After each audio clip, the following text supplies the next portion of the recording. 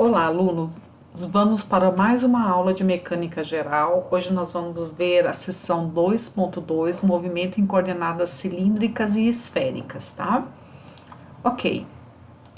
Só eu quero lembrar para vocês sobre a nossa prova, que eu vou enviar no dia 17/4, na seção 2.2 do portal de vocês. O título vai ser Prova 1, tá bom? Vocês têm que me enviar até o dia 20/4, às 18 horas. Depois disso eu não vou mais receber e-mail, ok? O meu e-mail, só para vocês terem, é valesca.freitas@pitagoras.com.br. Então, aí tá todas as dicas de como que vocês têm que me enviar esta prova, ok? Então, vamos lá. Movimento em coordenadas cilíndricas, esféricas ou polares.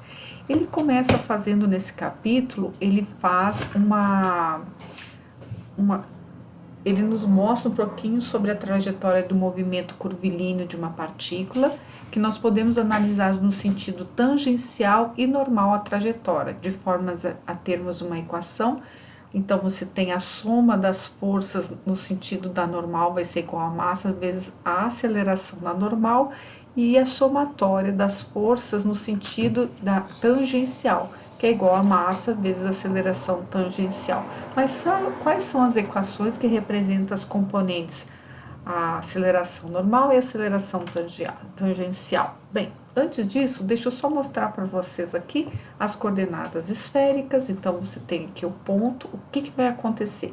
Você tem a coordenada radial, que ela sempre fará um ângulo de 90 graus, que é a coordenada transversal, tá?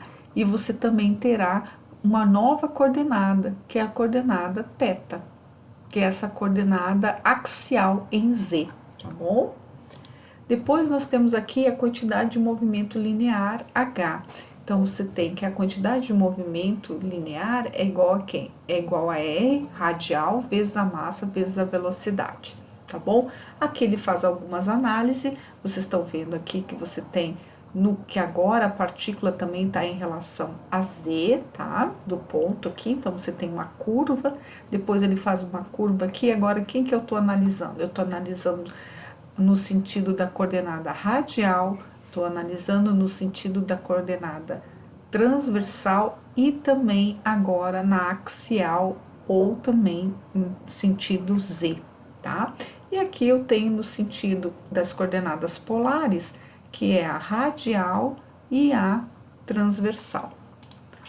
Agora aqui nós temos a análise bidimensional. Então, você tem um movimento aqui, né, dessa partícula, que ela está fazendo esse caminho aqui, né? Então, você tem radial e a transversal. Aqui eu tenho os cálculos, a gente já estudou que a aceleração, a fórmula da radial e a fórmula da aceleração transversal, ok?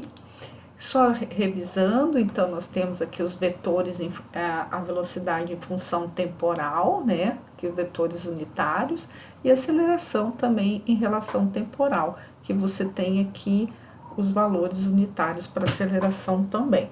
Quando eu quero a velocidade nos dois sentidos, radial e transversal, eu vou colocar Pitágoras e eu encontro a mesma coisa na aceleração radial e transversal, nós também encontramos através de Pitágoras.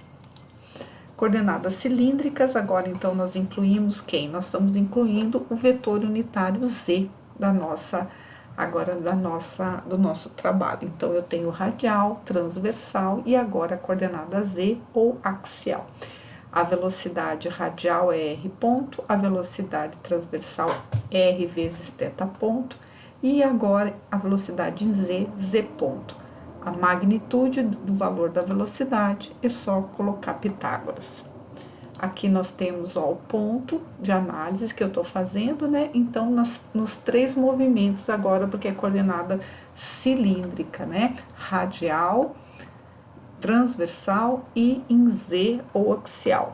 Aqui só o desenho que eu coloco para vocês, né? Os vetores unitários, o Z, o R e o θ, que dão origem às coordenadas cilíndricas.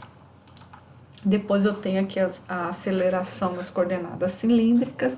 Então aqui já é conhecida, a única que nós vamos incluir é a Z, que é Z dois pontos.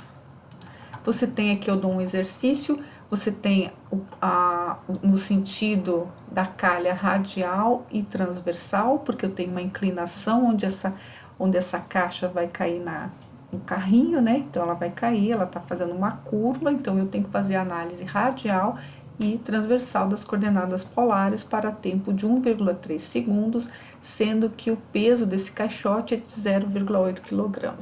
Então, nós vamos encontrar aqui os valores, né? Então, aqui eu tô colocando em função de t, depois você só substituir esses valores por t, derivada primeira, derivada segunda, derivada primeira, derivada segunda, tá? Substituindo em t, você vai achar os valores de cada uma delas, e aí é só vou para tempo 1,3 segundos. Aqui eu já tenho, ó, os cálculos, você vai achar para as duas, a aceleração radial e a aceleração transversal, e aqui as forças radial e transversal do nosso movimento. Depois eu dou um outro exercício para vocês, que é a da caixa descendo numa rampa helicoidal. Eu te dou as coordenadas tanto na transversal, a radial e axial. Aqui você tem o modelinho do desenho, tá? E aqui você vai ter, com o primeiro passo, a gente sempre calcula as derivadas primeira e segunda das três coordenadas.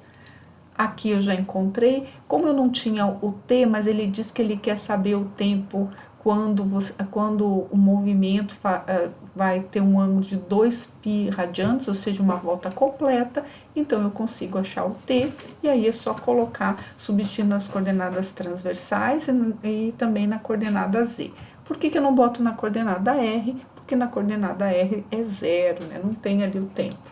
Depois aqui nós vamos fazer o que? Eu quero a magnitude, então você vai colocar as componentes na velocidade nos três vetores, né?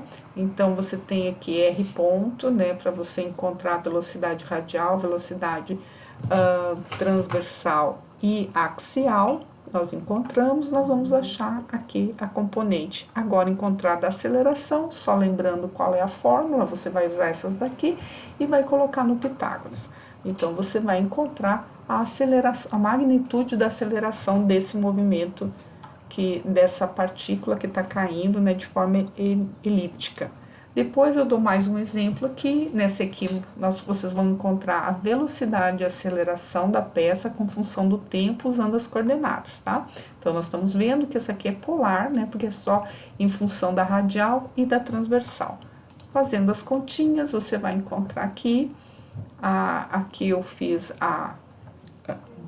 nesta daqui nós achamos r ponto, r dois pontos, a derivada primeira, a derivada segunda. Depois eu acho a componente da velocidade, né, que nós temos aqui, e a aceleração.